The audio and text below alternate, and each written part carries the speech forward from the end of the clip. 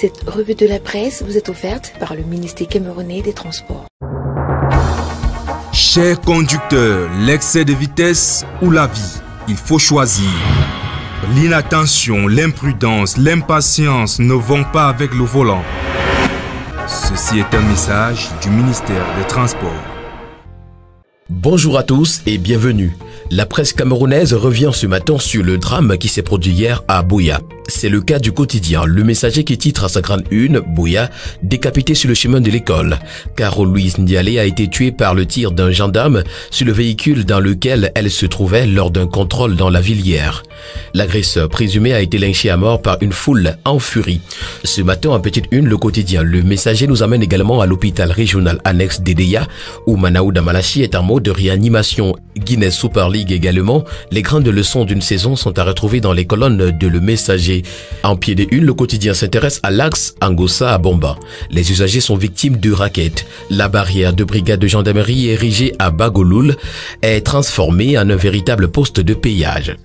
La Nouvelle Expression titre également à sa grande une ce matin, jeudi noir à Buea, assassiné sur le chemin de l'école. Le gendarme qui a tiré sur la fillette alors que sa mère l'a transportée à l'école a aussitôt été lynché à mort par une foule en furie, puis s'en est suivi une scène d'émeute dans la ville.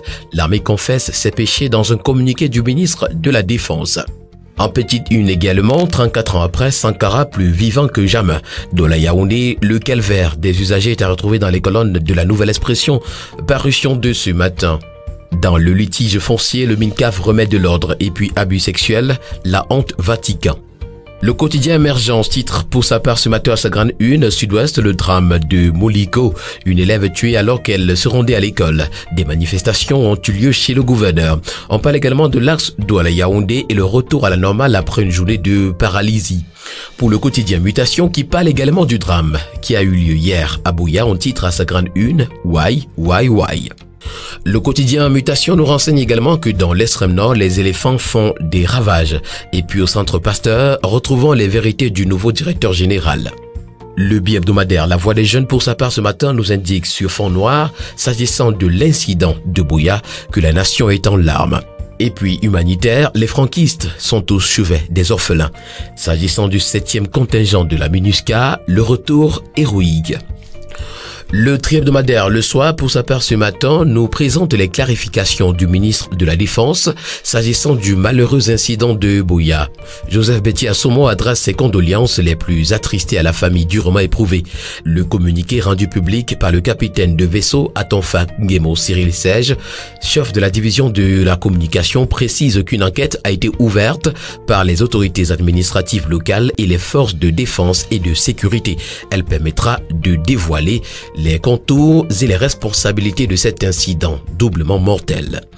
En grande une du tri-hebdomadaire Le Soir, la parole est donnée à François Wassouni, chercheur résident à l'Institut d'études avancées de Nantes en France.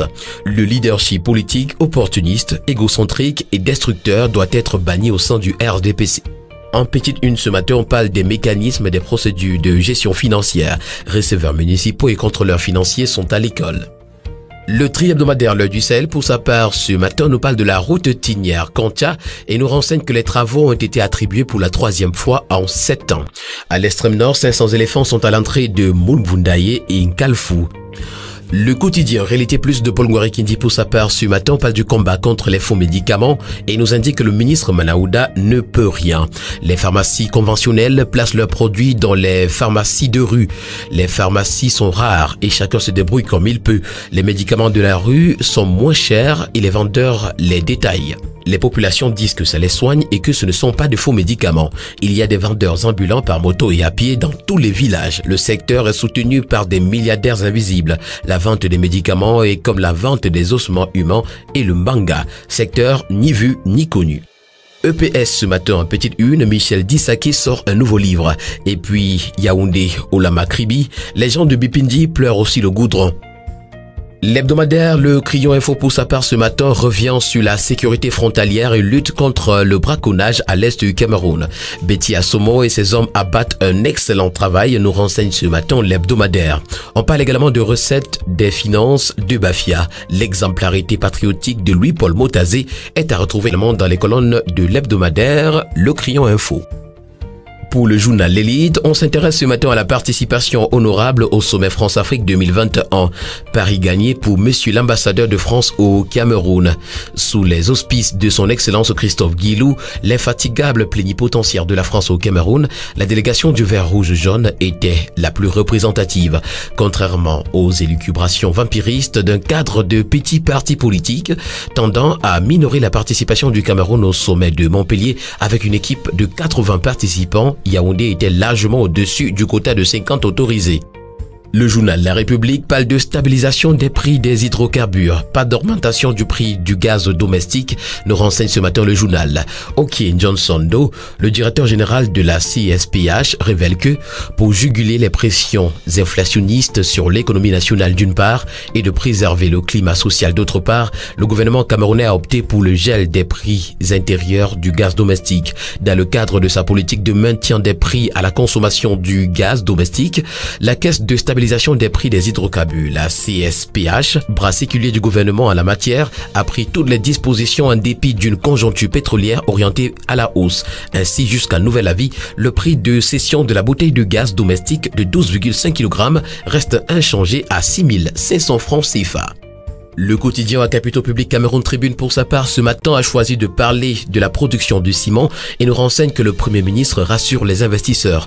À l'occasion de la pose de la première pierre de la nouvelle ligne de production de clinker et de ciment de la société Ciment Camière à Figuil, le Premier ministre, chef du gouvernement Joseph John Gouté, a invité les opérateurs du secteur à tirer profit des incitations à l'investissement qu'offre le cadre juridique camerounais, mais aussi du potentiel minier dont regorge le sous-sol du pays. L'information, vous la retrouverez ce matin en page 3. On parle également ce matin en petite une de la Cannes Total Énergie 2021. L'accord cadre sera signé mardi. Le quotidien bleu d'Amalmana, le jour pour sa part, ce matin s'interroge. Les vieillards sont-ils des sorciers? Les personnes âgées subissent des traitements avilissants au quotidien. L'information est à retrouver en page 4. S'agissant d'émeutes, le quotidien Le Jour nous présente ce qui s'est passé à Buea. Et puis santé, Edeya a son premier scanner. Le quotidien Singan choisit de donner la parole ce matin à Henri Eyebia ici. Les résultats de ces élections reflètent la volonté populaire. Le président de la commission départementale d'Union ESSO pour le renouvellement des bureaux des organes de base du RDPC dresse le bilan de ces opérations. Au tribunal, Zogo Andela traque le commissaire au compte de la BISEC et puis Dimako, une école en hommage à Mongiso Somba. Le quotidien de la santé et éco-santé pour sa part ce matin parle ce jour de la mortalité maternelle et périnatale. Au moins 4000 femmes décèdent encore en donnant la vie, nous renseigne ce matin le quotidien. Au cours de la réunion de lancement du système de gestion de l'incident décès maternel et périnatal, le 14 octobre 2021 à Yaoundé, présidé par le docteur Manaouda Malachi de la santé publique du Cameroun, il ressort que le temps est à l'action afin d'éliminer les décès maternels, néonatales et périnatales car la majorité de ces décès sont évitables. On parle également ce matin en petite une de riposte. Une troisième campagne de vaccination contre le Covid-19 est lancée. Terminons ce matin avec le quotidien L'écologie qui parle de coopération. Comment le Cameroun compte optimiser l'exécution des projets de la Banque mondiale.